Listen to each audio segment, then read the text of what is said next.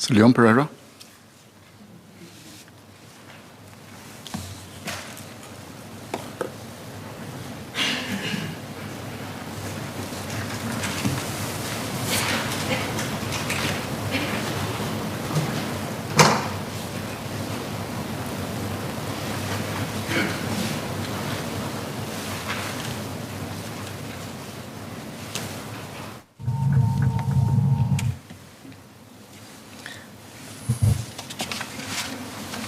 Mr. Speaker, sir, Mr. Yip Hon Wing and Mr. Leon Pereira have asked about the management of marine wildlife at intertidal areas, such as Changi Beach.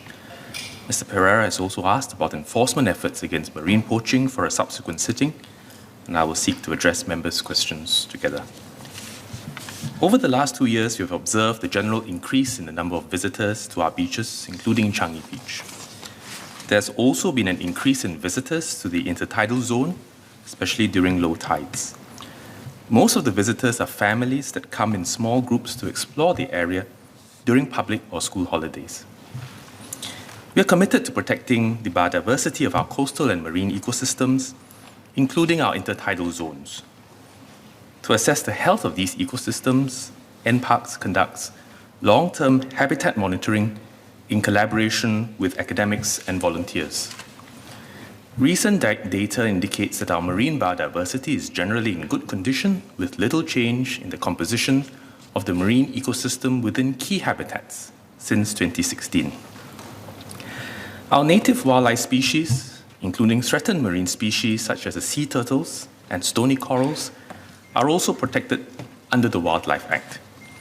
For example, individuals who are found guilty of trapping or selling protected wildlife species without approval may be subject to a fine of up to $50,000 or to an imprisonment term for up to 2 years or both. But over the past 5 years, there have not been cases prosecuted for the poaching of marine wildlife under the Wildlife Act or its predecessor, the Wild Animals and Birds Act. We will continue to review our measures to safeguard our marine species and will take enforcement action where necessary. Since 2021, with the increase in visitorship to these areas, we have also stepped up outreach efforts at various intertidal areas to raise public awareness on protecting marine wildlife. For example, NParks has deployed more officers and galvanized many volunteers to remind visitors to refrain from touching, trampling, and collecting marine wildlife. Most visitors are cooperative and return the marine wildlife when advised to do so. In addition, we have put up more signs around the intertidal areas to educate visitors on how to interact responsibly with marine wildlife. NParks will continue to step up these efforts. We are discussing with our partners such as the marine conservation community, volunteers, businesses, and the local community on ways to manage the number of visitors at intertidal areas in a way that supports nature conservation while keeping these spaces open for public recreation.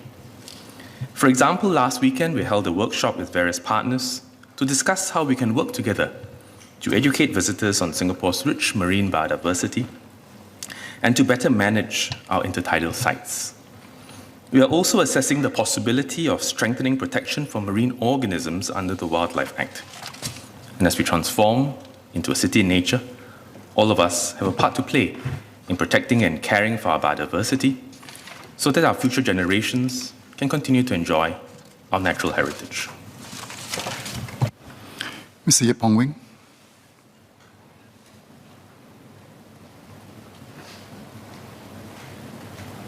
Thank you, Mr. Speaker. I thank the Minister for his response.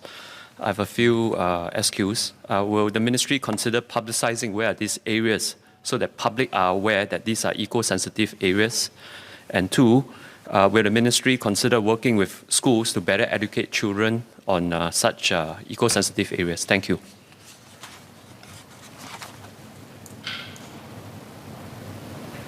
Yes, we will consider both measures. On the former, publicizing these areas, the media have been giving coverage to the sites that have been impacted. The low tide days and times are also well known and publicly available information, and hence you see the crowd converging on these sites when you reach those seasons. And for schools, we continue to work with our schools through our programs to work with young people to better understand how to relate to wildlife, including in our marine habitats.